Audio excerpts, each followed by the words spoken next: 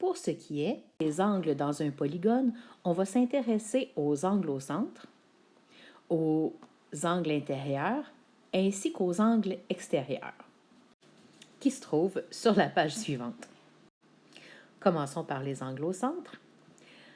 La mesure d'un angle au centre est tout simplement de 360 divisé par n, n étant le nombre de côtés.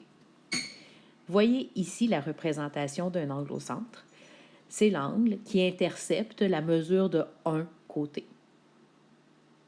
Voyons quel est l'angle au centre d'un hexagone, d'un octogone et d'un décagone. Ce qui nous donne 60 degrés pour l'hexagone, 45 degrés pour l'octogone et 36 pour le décagone. Les angles intérieurs maintenant. Voici la formule que vous pourrez inscrire sur votre aide-mémoire. Pour la comprendre, regardons tout de suite à quoi ressemble un angle intérieur. Voici un angle intérieur. Connaître la somme de tous les angles intérieurs reviendrait à connaître la somme de tous les angles de tous les triangles que je viens de dessiner.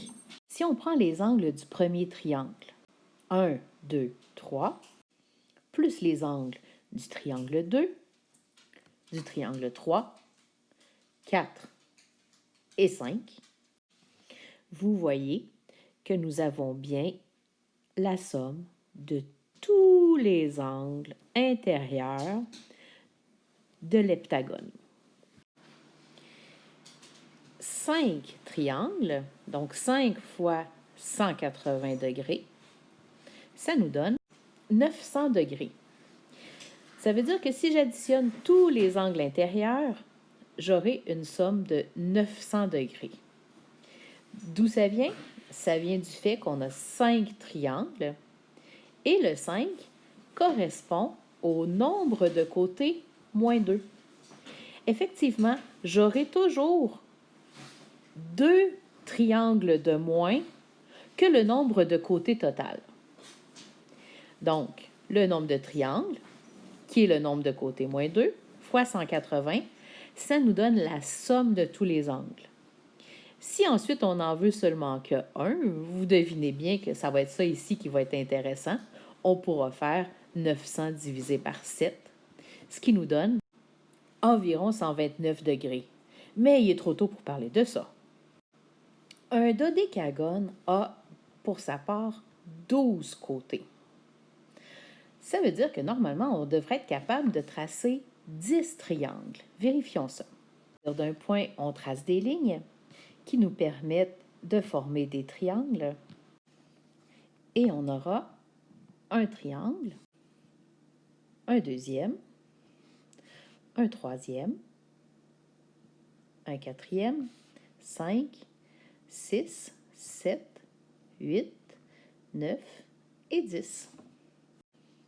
On peut donc utiliser la formule ici, où n-2 sera remplacé par 10 fois 180, ce qui fait que la somme des angles intérieurs est de 1800 degrés. La formule que je vous invite à inscrire dans votre aide-mémoire, c'est celle-là ici. C'est la mesure de un angle intérieur. Non pas la somme de tous les angles, mais seulement qu'un angle intérieur. Vous remarquez qu'on a la première partie qui est la même. Donc ça, c'est la somme de tous les angles, divisé par n, donc divisé par le nombre d'angles, divisé par le nombre de côtés, tout simplement.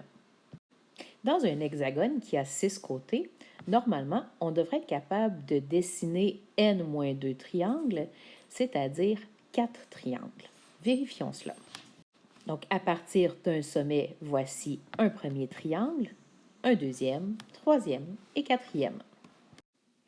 Si on y va logiquement, la somme de tous les angles, ça va donc être 4 fois 180 degrés pour tous les angles, divisé par le nombre d'angles, c'est-à-dire 1, 2, 3, 4, 5, 6, évidemment, parce qu'il y a 6 côtés, 6 angles. Ça va nous donner pour un seul angle 120 degrés.